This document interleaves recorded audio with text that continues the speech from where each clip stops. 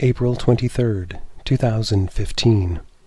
Our Lady comes as Mary, refuge of holy love. She says, "Praise be to Jesus." My son desires these rules of conduct for a good vocation be passed on to you today.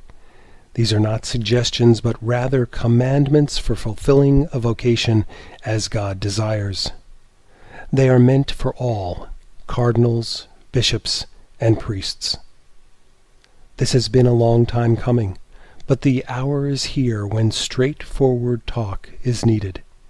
No one can say they weren't aware of what was weakening their vocation once they digest this. These rules of conduct unravel the abuse of authority, the compromise of truth, and, if closely adhered to, unite the heart of the Church, which is greatly needed today.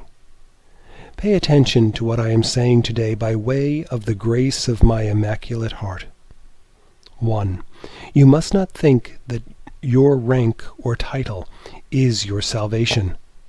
Work and pray for your own personal holiness. 2. You must work towards the salvation of your flock, not towards any political advantage within the ranks of the hierarchy. 3.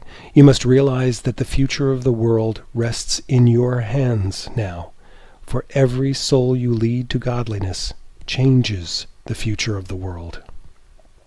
4.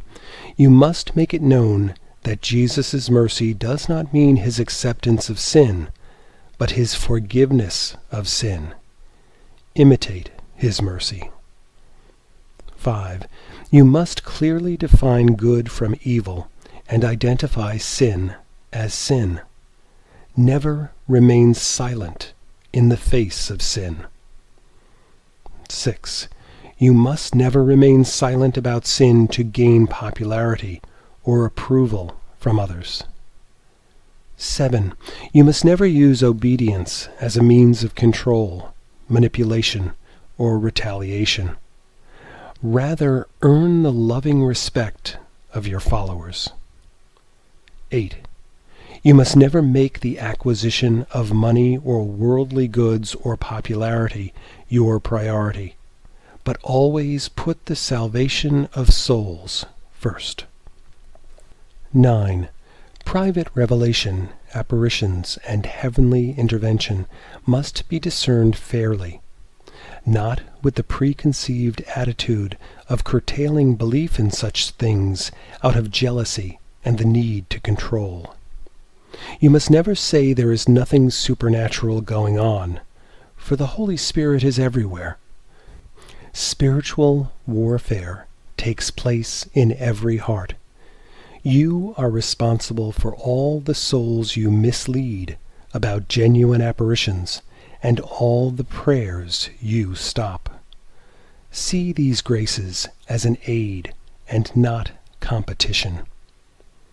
If you follow these my instructions to you today, your vocation will be solidly safeguarded. If you compromise these truths in any way, you will be giving Satan his foothold. April 24th, 2015. Our Lady comes as Mary, refuge of holy love.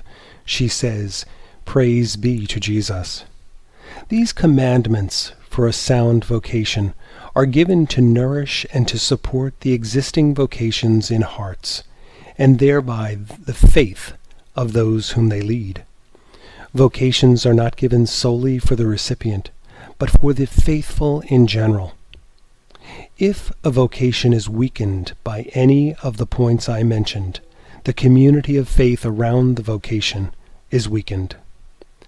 In the same way, every sin weakens the general state of the heart of the world. While those of spiritual leadership have a greater influence, every soul affects the greater good. This is why personal holiness plays such an important role in the future of the world. This is why the ongoing struggle between good and evil has been obscured by Satan, who nourishes a spirit of complacency in hearts. You, my children, have been given the truth. In your hearts is the light of truth. Do not give in to the sentiments of accommodating sin, but always stand for God's truth. Salvation is not about making sin comfortable and acceptable. It is about avoiding sin and speaking out against it. In today's world, this is not popular, but you need only to be popular with God. I, your Heavenly Mother, pray for your courage. I pray for the steadfastness of every vocation. A note is given to read Titus, chapter 1, 7 through 9. The synopsis, description of moral conduct and responsibility to magisterial teaching attributable to a bishop. For a bishop, as God's steward, must be blameless. He must not be arrogant or quick-tempered or a drunkard or violent or greedy for gain, but hospitable, a lover of goodness, master of himself, upright, holy, and self-controlled. He must hold firm, to be sure, word as taught, so that he may be able to give instruction in sound doctrine, and also to confute those who contradict it.